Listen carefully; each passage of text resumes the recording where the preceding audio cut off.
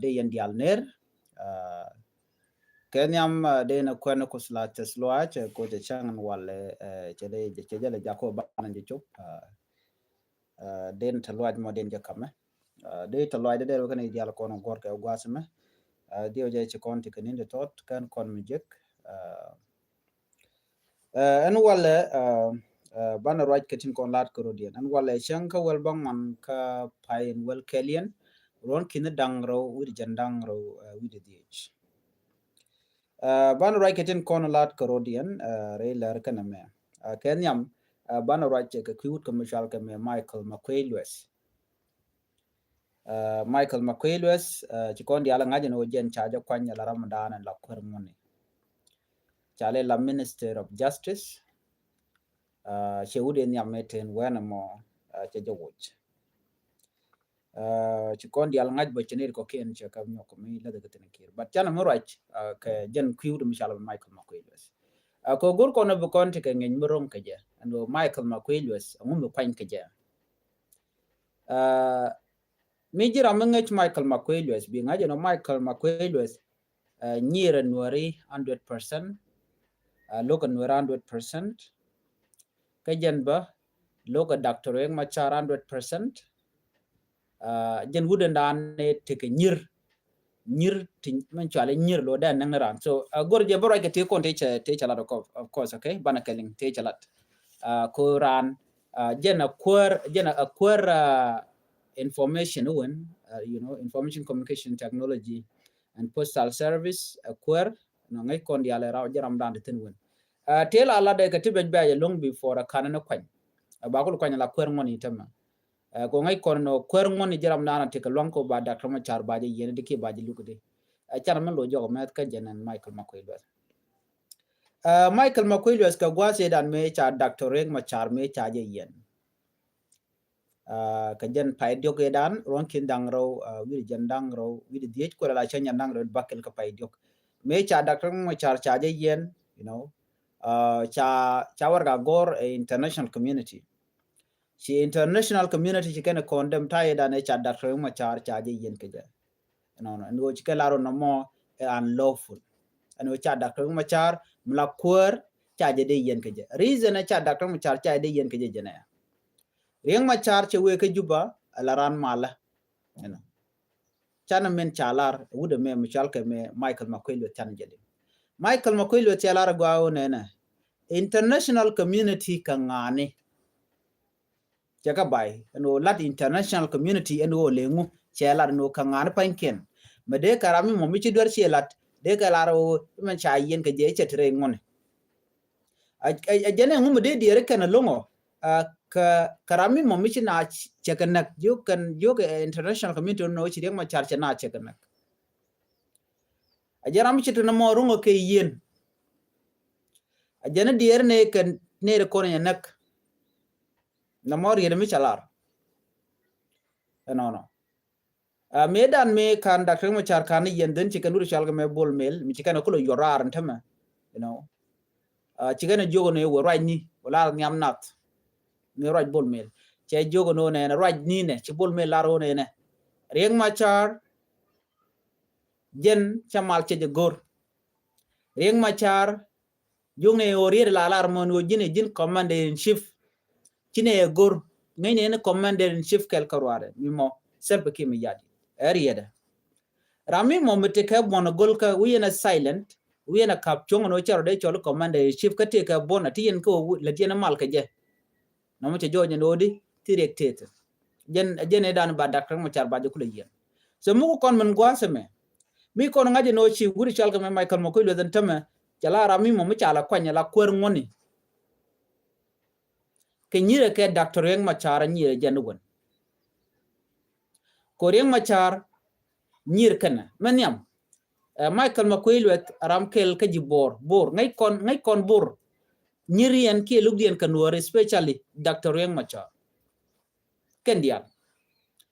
kana 1991 edan ko reje to ga Riek Machar to go mo akana gurgano de kan Dr. Riek Machar de kananak ajen mentama ko ci kan bol mel ci kana watch kan bol mel kan medan gor kan jelalat che ga bol mel kwa yun jela deb la chema cha yorar right now che gware tok cha ne te kono che kwan justice minister dan ya kwanyen cha yorar cha won mukulat gwada so right now mlat kono mejene Michael Makwelwe kenyire ka Dr. Riek Machar en Dr. Machar luga me che buwe gwa kodi wude me nyire Dr. Riek Machar already know nyire ke Riek Machar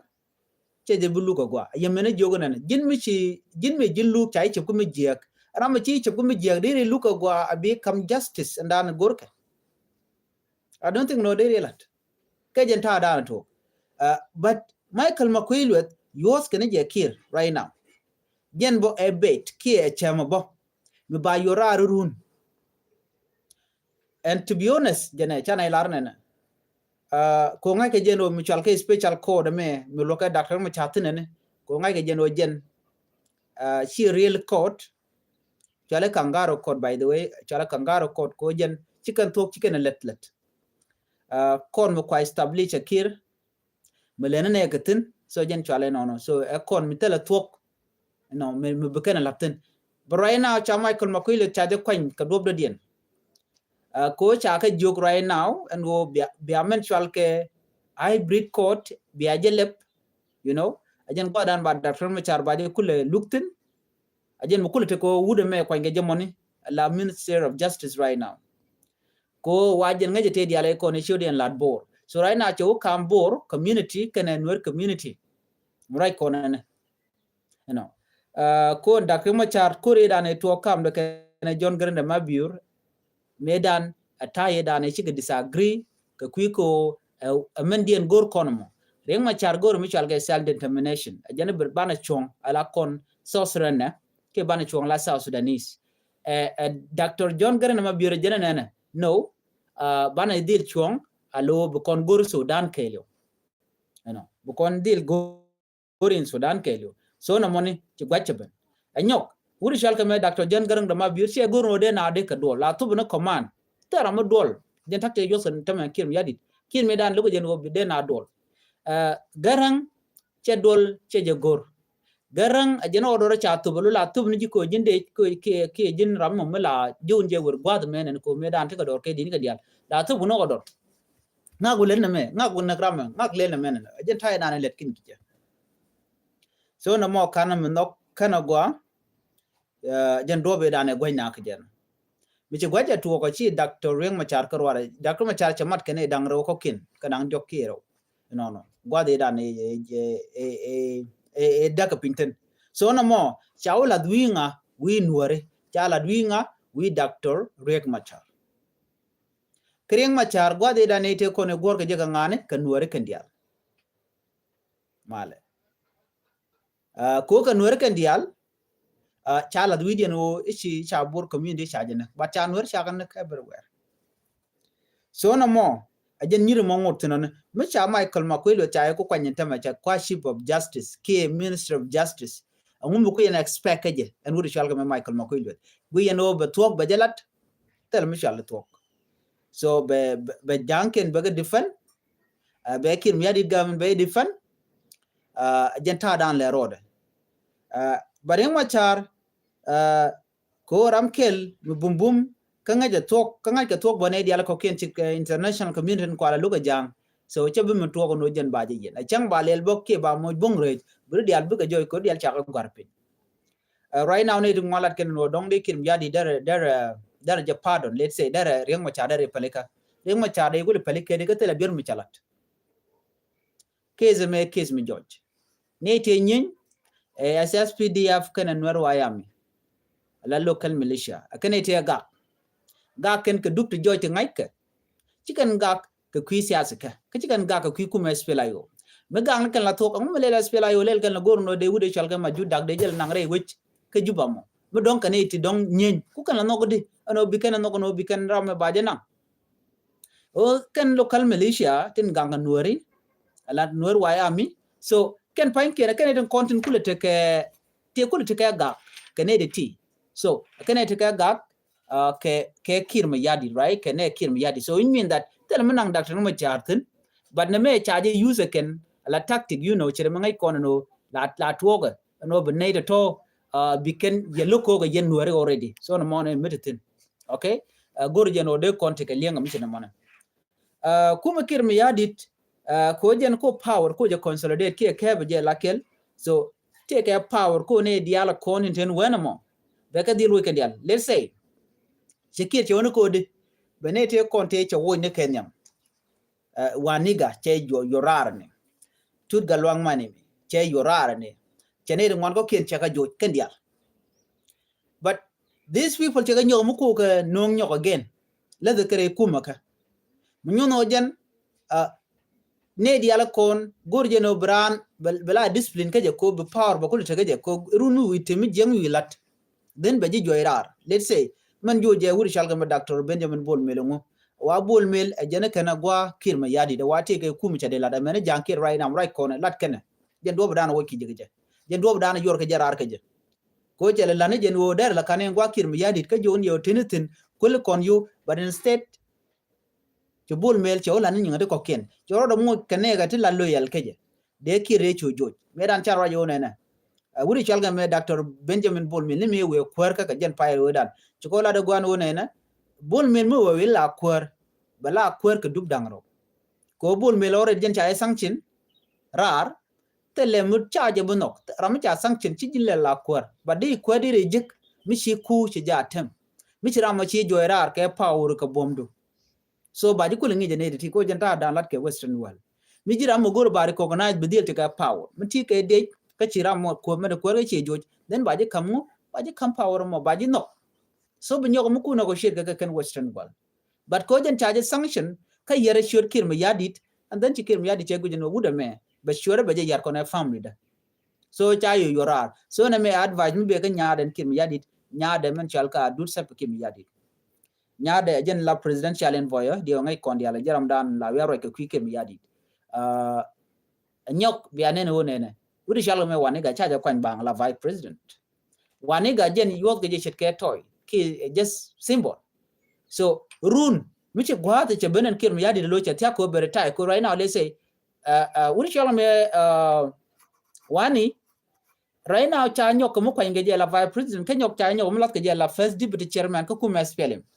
position da na tu wuri chala me Benjamin Bol Mel teten so mo cha nyok latin jen yok ke je ala mitalot run gwate che kirma yadi che goro beje yorara banyada beje kwan bela gwazo mo ko jen ta dan tin tam du sel ke mayadi bala first vice president ke economic and class ke class economic so jen gwa dan bedetin and then be wuri shalga me bol wuri shalga me waniga mo ko use la toye be yorar okay so be yorar already jen ta dan le rore entam but yot ke wuri shalga me waniga ko waniga tele military background tele dej tele odere kudere jalat there's nothing modern lat ponya waniga jene dane cha won me change to gade ki nyaara whatever to amika position you know kata chanyo lo kwerka so malat kono jene kuma we ka dak chiwone jen ka goy but kuma ba go ashanga dana wukir mi yadi we laro re machara abirar na ma chi wo won yamen en luka me jen changa dan be mal be ben ka je ko ba chulanu ba chu facilitate in national election but mu we can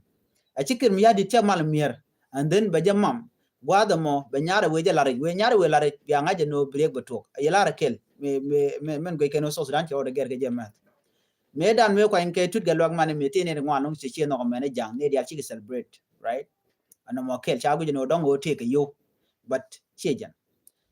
wodi ge jeno jen ne chamal che jelat ke 2018 ge jeno dong der ki der je pressure der ma der jeno enyok ci kon bu nyogonen cha wud jangana mem chalga Dr. Benjamin Bol Mel cheng e joy ke je ci ka celebration ci kana lat jang dial even jam Juba student ala Juba University student ci ka bra wer ke lu ne dial cha celebration cha jala jang dial why odi wude me wajen te corruption cha yalat ka gora kana gwase be ke yadit janta ya dan ci kan ke je nono wajen che por jang dial che ka cham yo dia la billion of dollar te la tu no de road de la ke infrastructure de la ke kare we ke so Sudan chagan dial chaga cham but remember Ramadan che mi da nga e kir ma yadi kana gad ke la corruption mi cha corrupt bol mel even adu sal ke mi yadi te corrupt te yo cha ka cham so mu ge jen o jen en bol mel ram chi mi jek chelat even kir ma yadi point de che di jek chakalat ko le la por jang ne chop ko di cha kam mo bol mel mu ko billion of dollar ko la bat mu ko la ban ko jen cha de sanction ana man cha kir ma yadi cha ja men jin ka je jirar la national international community wodi la kana lar no kwer mit po kap mit mod wi kwam wa cha ja tiap ka la liab gni je gwala dan je brar jen ba ku le tiap den ba ku le jogo no chi corruption chila after that is the gen but right now pi de nyade chenge dan me cha bul me cha jo position mo tin wer ngwan gwi no dongo ti ne ken balatan no nuari you are mistaken position mo dunkir me yadi ken shemane mino jela to no dera den dera jela tin che wuri chal ka me wane ga che de loitin mu lo jaran tin kadin ne wan tigitin let's say to kon ke ji duaran kon wore to guru position mo so position mo wore wane ken gujiro de kam ke but chekan ne de gui ken no ti ke lo yal ka kirmi yadi de ken ba kam position ba vice president ba kam ke ko te ne wane kam kan mu ke position let's say Dr. Gai ku gege no dong de kam dai kenyan lol gar ko gege no dong der position der je dai kenyan wuri chal me lam bu gege no der position mo der je dai kenyan cha je lo kam je kwer dum ni ken kubri ni jenda na cha kam tel position ya kam ke mi did mi chena mo chikan dem jeng ma do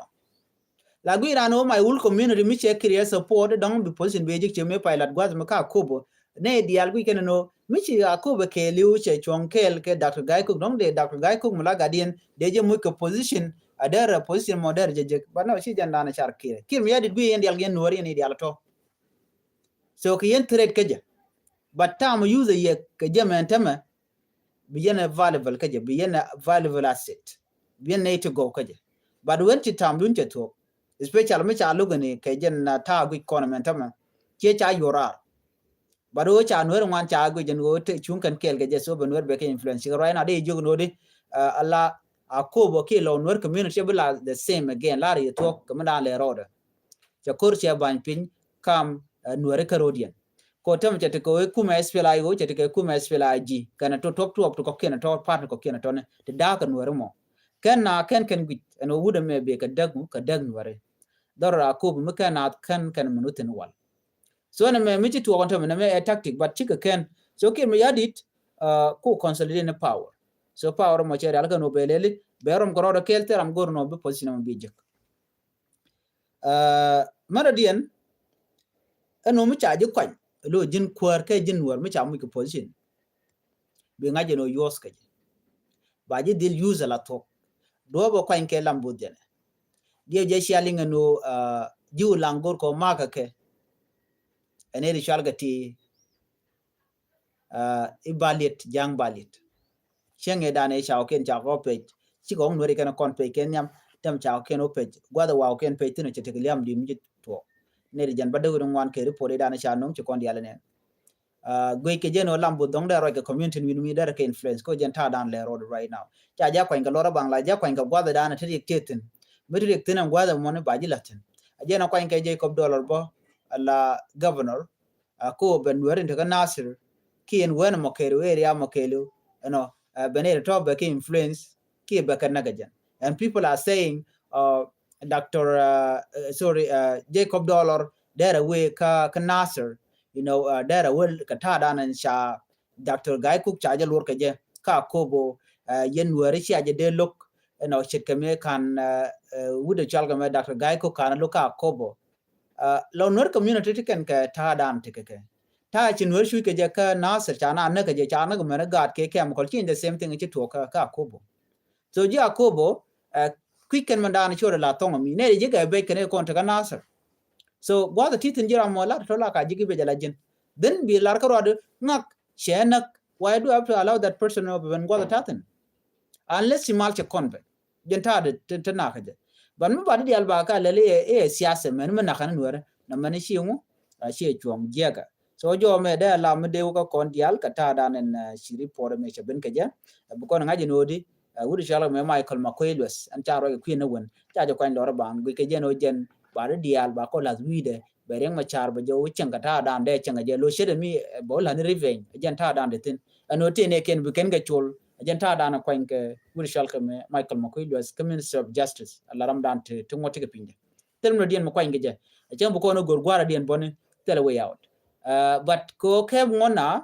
ta dan ba lu ke je ko ba ka document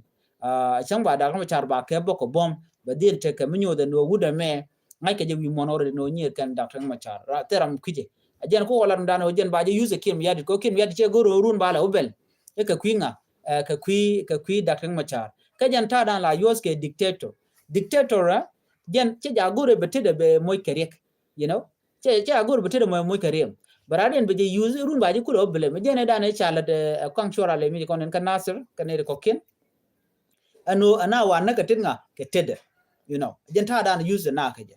agenta dictator ka instead of la na magwa bagore jin be ji use run mi shirek ci gware ben den be jogo no jin ti tin jira me dan la na mo be la no gwa mo jatin bin jen ajo na te le na ngatin rameda na chakwan je no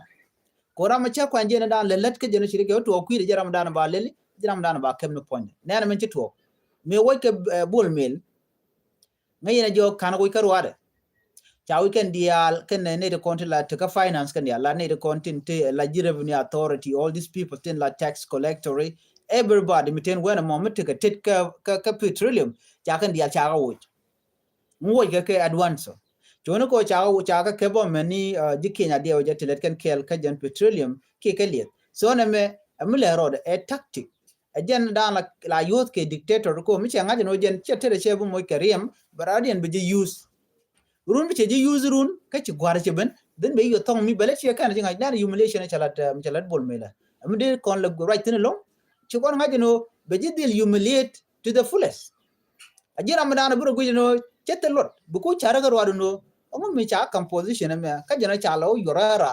ci tay dan mi ci bol men mi ci ro liya ka jen nyam na te ram ci ke je yu de ne dial chene ko ken bu ci joj bare ke juba men ne ko la janken kay yena na ba so cha power to use a power and point the wood shall me bolbe so na me amugoro de nywa yakel ana goro no jin bi bukon je kel erdo dien ko bana ripone kon lat ko dien bana kalinkel ci konti ko gwan me ber ko den right jang gwat men en walle changol bangman ko pay welkel ronkin dangro jan dangro de diech ka kay jan changan walle ala changol bangman ne bana je kala radiant yu pro jeno bi channel bi support ka bi subscribe bi notification bell bi to en committee mi chala regard mi chamala be kaji an bi atakamal bye bye